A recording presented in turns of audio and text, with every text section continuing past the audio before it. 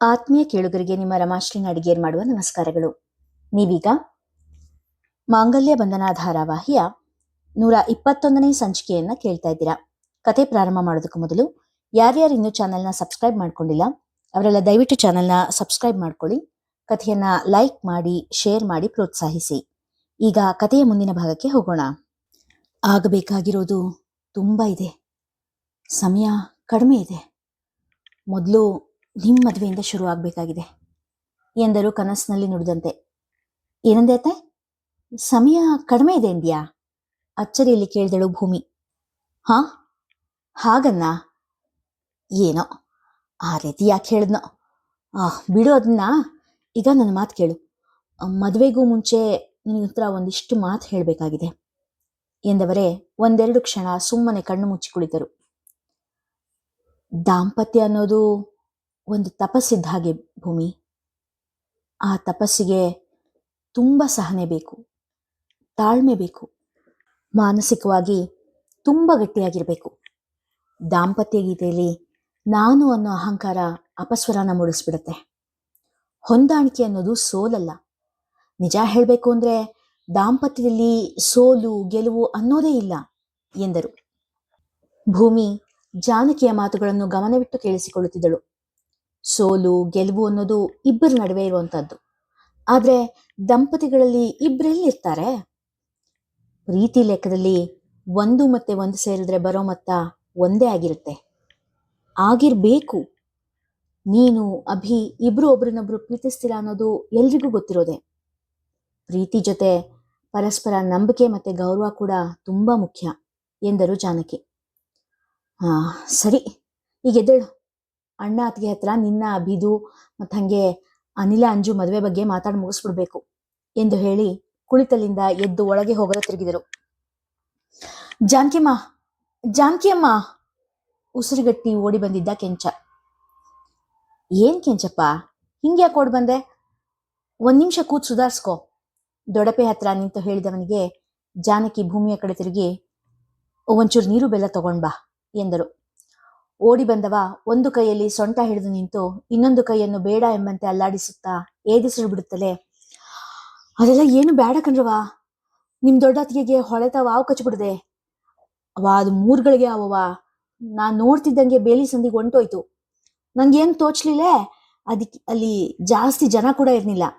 ನನ್ನ ಮೊಗಾನ ಅವ್ರು ತಾವ್ಬಿಟ್ಟು ಇಲ್ಲಿ ಓಡ್ ಬಂದಿನಿ ಏದಿಸಿರು ಬಿಡುತ್ತಲೇ ಹೇಳಿದ.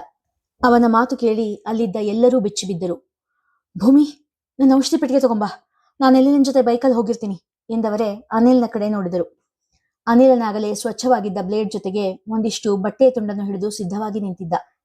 ಜಾನಕಿ ಅನಿಲ್ನ ಬೈಕ್ ಏರಿದರೆ ಔಷಧಿ ಪೆಟ್ಟಿಗೆಯ ಜೊತೆ ಸಾಣೆಕಲ್ಲನ್ನು ಹಿಡಿದು ಭೂಮಿ ತನ್ನ ಸೈಕಲ್ ಏರಿದಳು. ಅವರ ಹಿಂದೆಯೇ ಜಗನ್ನಾಥ, ಭಾಮ ಕೂಡ ಹೊರಟಿದ್ದರು. ನಾನು ಮದ್ವೆ ಮಾತೆಗೆ ತಪ್ಪು ಮಾಡಿದ್ನಾ? ಯೋಚಿಸುತ್ತಾ ಕುಳಿತಿದ್ದ ಕೋದಂಡ. ಇಲ್ಲ, ತಪ್ಪೇನ್ ಮಾಡಿಲ್ಲ. ಇಷ್ಟು ದಿನ ಅವಳಿಂದ ದೂರ ಇದ್ದು ತಪ್ಪು ಮಾಡಿದ್ದೀನಿ. ಇನ್ಮುಂದೆ ಇಲ್ಲ, ಇನ್ನೂ ಅವಳಿಂದ ದೂರ ಇರಲ್ಲ. ಇನ್ನೂ ನನ್ನ ಜೀವನದಲ್ಲಿ ಎಷ್ಟು ಕ್ಷಣಗಳು ಉಳಿದಿದೆಯೋ ಏನೋ. ಆದಷ್ಟು ಸಮಯ ನಾನು ನಿನ್ ಜಾನಕಿ ಜೊತೆನೇ ಇರಬೇಕು. ನಾನ್ ಜಾನಕಿನ ಮದುವೆ ಆಗ್ಲೇಬೇಕು. ಇನ್ನೊಂದು ಸರ್ತಿ ಅವಳ ಜೊತೆ ಮಾತಾಡ್ತೀನಿ. ಅಕಸ್ಮಾತ್ ಅವಳು ಮದುವೆಗೆ ಒಪ್ಪದೇ ಇದ್ರೆ? ಆ ಆಲೋಚನೆ ಇಷ್ಟವಾಗಿಲ್ಲ ಕೋದಂಡನಿಗೆ. ಆಲೋಚನೆ ಬಂದೊಡನೆಯೇ ಕೈ ಮುಷ್ಟಿಗಟ್ಟಿತು. ಯಾಕೊಪ್ಪೋದಿಲ್ಲ? ಒಪ್ತಾಳೆ, ಒಪ್ಪಲೇಬೇಕು. ಒಂದು ಮನ ಹೇಳ್ತು. ಯಾಕೊಪ್ಲೇಬೇಕು? ಅಂಥ ಅನಿವಾರ್ಯತೆ ಅವಳಿಗೇನಿದೆ? ಇನ್ನೊಂದು ಮನ ಪ್ರಶ್ನಿಸಿತು. ನಾನ್ ಹೇಳಿದ್ಮೇಲೆ ಜಾನಕಿ ಒಪ್ಲೇಬೇಕು. ಅಹಂಕಾರದಿಂದ ನುಡಿಯಿತು ಮನ. ಅಂತರಾತ್ಮ ಗಹಗಹಿಸಿತ್ತು. ಯಾವ ಹಕ್ಕಿನಿಂದ ಈ ರೀತಿ ಹೇಳ್ತಾ ಇದೀಯಾ? ನಿನ್ನ ಮಾತನ್ನು ಯಾಕೆ ಒಪ್ಪಬೇಕು? ಮತ್ತೊಮ್ಮೆ ಮನ ಪ್ರಶ್ನಿಸಿತು. ಯಾಕೆ ಅಂದ್ರೆ ನಾನು ಅವಳ ಗಂಡ ಎಂದು ಹೇಳಿಕೊಂಡವ ಮರುಕ್ಷಣವೇ ಮೌನವಾಗಿದ್ದ. ಹೌದು, ನಾನ್ ಜಾನಕಿ ಗಂಡ. ಹಾಗಿದ್ಮೇಲೆ ಅವಳನ್ನ ಮದುವೆ ಆಗು ಅಂತ ಯಾಕೆ ಕೇಳಿದೆ ನಾನು? ತಪ್ಪಾಗೋಯ್ತು. ನನ್ನಿಂದ ತುಂಬಾ ದೊಡ್ಡ ತಪ್ಪಾಗೋಯ್ತು. ಈಗ ಮದುವೆ ಆಗು ಅಂತ ಕೇಳಿದ್ರೆ ಮೊದ್ಲಿನ ಮದ್ವೆನ ನಾನು ಒಪ್ಕೊಂಡಿಲ್ಲ ಅನ್ನೋ ಅರ್ಥ ಬರೋದಿಲ್ವೇ? ಅದಕ್ಕೆ ಜಾನಕಿ ಏನೂ ಉತ್ತರ ಕೊಡದೆ ಹೊರಟೋಗ್ಬಿಟ್ಟಿದ್ದಾಳೆ. ಹೌದು ಹೌದು, ನನ್ನಿಂದ ತಪ್ಪಾಗಿದೆ. ಮನದೊಳಗೆ ಹಳಹಳಿಸಿದ. ಅದಷ್ಟೇ ನಿನ್ನಿಂದ ಆಗಿರೋ ತಪ್ಪೆ? ಒಳಮನಸ್ಸು ಕನ್ನಡಿ ಹಿಡಿಯಿತು. ಕೋದಂಡ ಯಾವ ಉತ್ತರ ನೀಡಲು ಅಶಕ್ತನಾದ. ತನ್ನ ಅಂತಃಸಾಕ್ಷಿಯನ್ನೇ ಎದುರಿಸಲು ಆಗದೆ ಕಣ್ಣು ಮುಚ್ಚಿ ಕುಳಿತ.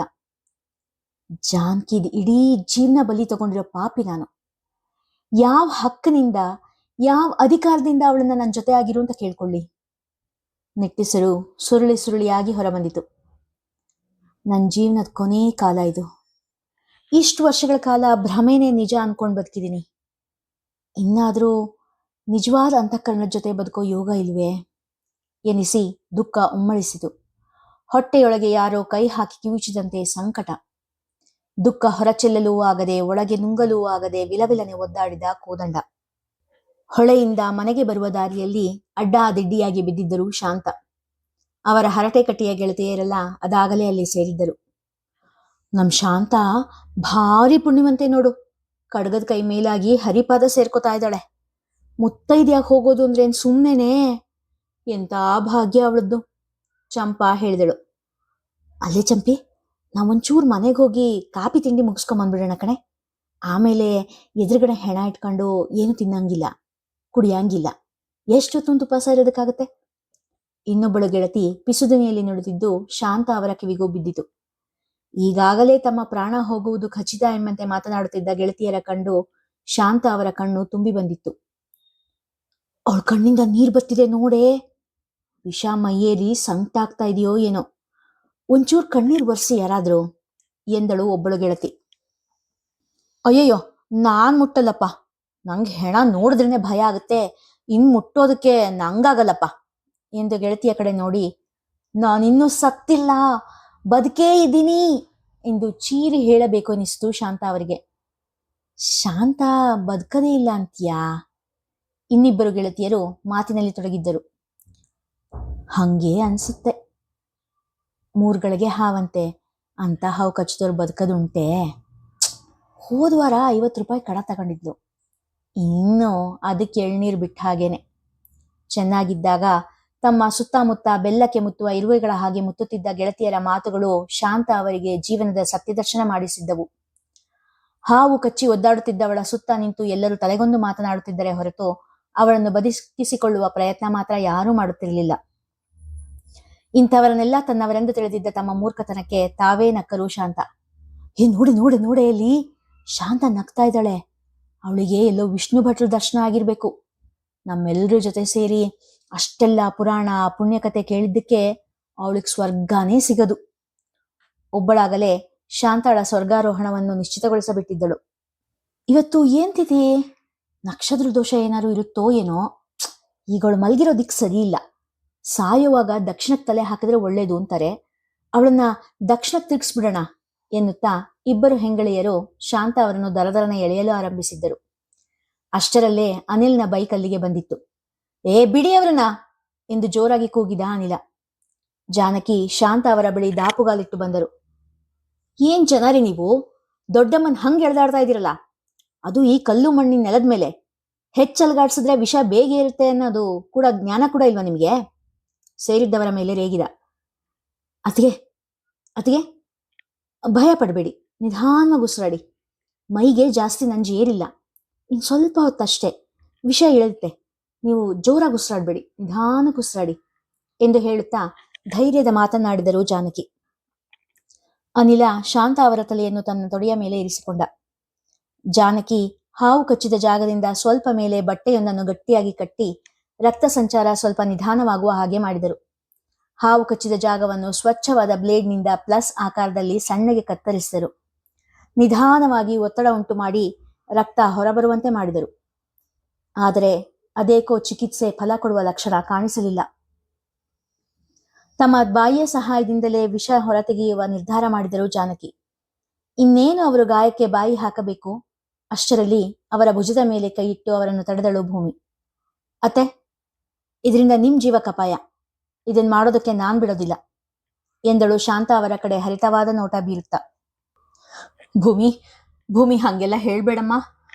ನಂಗೊತ್ತು ನಿಂಗೆ ಶಾಂತ ಅಂದ್ಮೇಲೆ ಬೇಕಾದಷ್ಟು ಕೋಪ ಇದೆ ಅಂತ. ಆದ್ರೆ ನಿನ್ ಕೋಪ ತೋರ್ಸ್ಕೊಳ್ಳೋ ಹೊತ್ತಿದ್ದಲ್ಲಮ್ಮ. ಶಾಂತ ನಿನ್ನನ್ ಬೇಕಾದಷ್ಟು ಮಾತಲ್ಲೇ ಕೊಂದಿದ್ದಾಳೆ. ಆದ್ರೆ ದಯವಿಟ್ಟು ನೀನ್ ಜಾನಕಿ ಮಾಡೋ ವೈದ್ಯನ ತಡಿಬೇಡಮ್ಮ. ಕೈ ಮುಗಿದು ಬೇಡಿಕೊಂಡರು ಶಾಂತ ಅವರ ಪತಿ ಜನಾರ್ದನ. ನಾನು ಮಾಡಿದ ಪಾಪದ ಫಲ ನಾನೇ ಉಣ್ಬೇಕಲ್ಲ. ಒಂದಿನವಾದ್ರೂ ಭೂಮಿ ಬಗ್ಗೆ ಒಳ್ಳೆ ಮಾತಾಡ್ಲಿಲ್ಲ. ಎಷ್ಟಾದ್ರೂ ಜಾನಕಿ ಭೂಮಿ ಪ್ರೀತಿಯತ್ತೆ. ನನ್ನ ಜೀವಕ್ಕಿಂತ ಅವಳಿಗೆ ಜಾನಕಿ ಜೀವನೇ ಹೆಚ್ಚು. ಅಯ್ಯೋ ದೇವ್ರೆ, ಬೇರೆ ಯಾರಾದ್ರೂ ನನ್ನ ಮೈಯಲ್ಲಿ ಏರ್ತಾ ಇರೋ ವಿಷಯನ ತೆಗಿಬಾರ್ದೆ ಎಂದುಕೊಳ್ಳುತ್ತಾ ಕಷ್ಟಪಟ್ಟು ಕಣ್ಣು ತೆರೆದು ಸುತ್ತಲೂ ನೋಡಿದರು ಶಾಂತ. ಶಾಂತ ಅವರ ಸ್ವಂತ ಮಗಳು ಪೂರ್ಣಿಮಾ ಸುತ್ತಲೂ ನೆರೆದ ಜನರ ಜೊತೆಯಲ್ಲೇ ಅಳುತ್ತಾ ನಿಂತಿದ್ದಳು. ಪೂರ್ಣಿ, ನೀನಾದ್ರೂ ವಿಷಯ ತೆಗಿಯೇ, ನನಗೆ ಶುಗರ್ ಇದೆ, ಇಲ್ಲಾಂದ್ರೆ ನಾನೇ ತೆಗಿತಿದ್ದೆ ಎಂದರು ಜನಾರ್ದನ. ಅಯ್ಯೋ ಇಲ್ಲಪ್ಪ, ನಂಗೆ ತುಂಬಾ ಭಯ ಆಗುತ್ತೆ ಹೆದರಿ ಹೇಳಿದಳು ಮಗಳು. ಭೂಮಿ, ದಯವಿಟ್ಟು ಜಾನುಗೆ ಅವಳು ಕೆಲಸ ಮಾಡೋದಕ್ ಬಿಡು ಎಂದ ಜನಾರ್ದನ್ ಅವರು ಜಾನಕಿಯವರ ಕಡೆ ತಿರುಗಿ, ಜಾನಕಿ, ನೀನೇನ್ ಈ ಹುಡುಗಿ ಮಾತು ಕೇಳ್ತಾ ಇದೀಯಾ? ಮೊದಲು ನಿನ್ನ ಅತ್ತಿಗೆ ಜೀವ ಉಳಿಸೋ ಕಡೆ ಗಮನ ಕೊಡು ಎಂದರು. ಭೂಮಿ ಅವರ ಮಾತಿಗೆ ಏನೂ ಉತ್ತರ ಕೊಡದೆ, ಅತ್ತೆ, ನೀವೀ ಕೆಲಸ ಮಾಡ್ತಿಲ್ಲ ಅಷ್ಟೆ ಎಂದವಳೆ ಶಾಂತ ಅವರ ಪಕ್ಕ ಕುಳಿತು ಹಾವಿನ ಹಲ್ಲಿನ ಗುರುತಿದ್ದ ಕಡೆ ತನ್ನ ಬಾಯಿ ಹಾಕಿದಳು. ಅವಳ ಈ ನಡೆ ನೋಡಿ ಗುಂಪಿನಲ್ಲಿದ್ದ ಭಾಮ, ಭೂಮಿ ಬೇಡ ಕಣೆ ಎನ್ನುತ್ತಾ ಅವಳ ಹತ್ತಿರವೇ ಬಂದು ಕುಳಿತರು. ಭೂಮಿ ಯಾರ ಮಾತಿನ ಕಡೆಗೂ ಗಮನ ನೀಡದೆ ತನ್ನ ಕೆಲಸ ಮುಂದುವರೆಸಿದಳು. ಇಲ್ಲಿಗೆ ಇಂದಿನ ಸಂಚಿಕೆ ಮುಗಿಯಿತು. ಮುಂದಿನ ಕಥೆ ಮುಂದಿನ ಸಂಚಿಕೆಯಲ್ಲಿ. ಕಥೆ ಇಷ್ಟವಾಗಿದ್ರೆ ಹೆಚ್ಚು ಹೆಚ್ಚು ಜನರಿಗೆ ಶೇರ್ ಮಾಡಿ, ಕಥೆಯನ್ನ ಲೈಕ್ ಮಾಡಿ, ಹಾಗೆ ಕಾಮೆಂಟ್ ಸೆಕ್ಷನ್ ಅಲ್ಲಿ ನಿಮ್ಮ ಅಭಿಪ್ರಾಯ ತಿಳಿಸಿ ಪ್ರೋತ್ಸಾಹಿಸಿ. ಧನ್ಯವಾದಗಳು.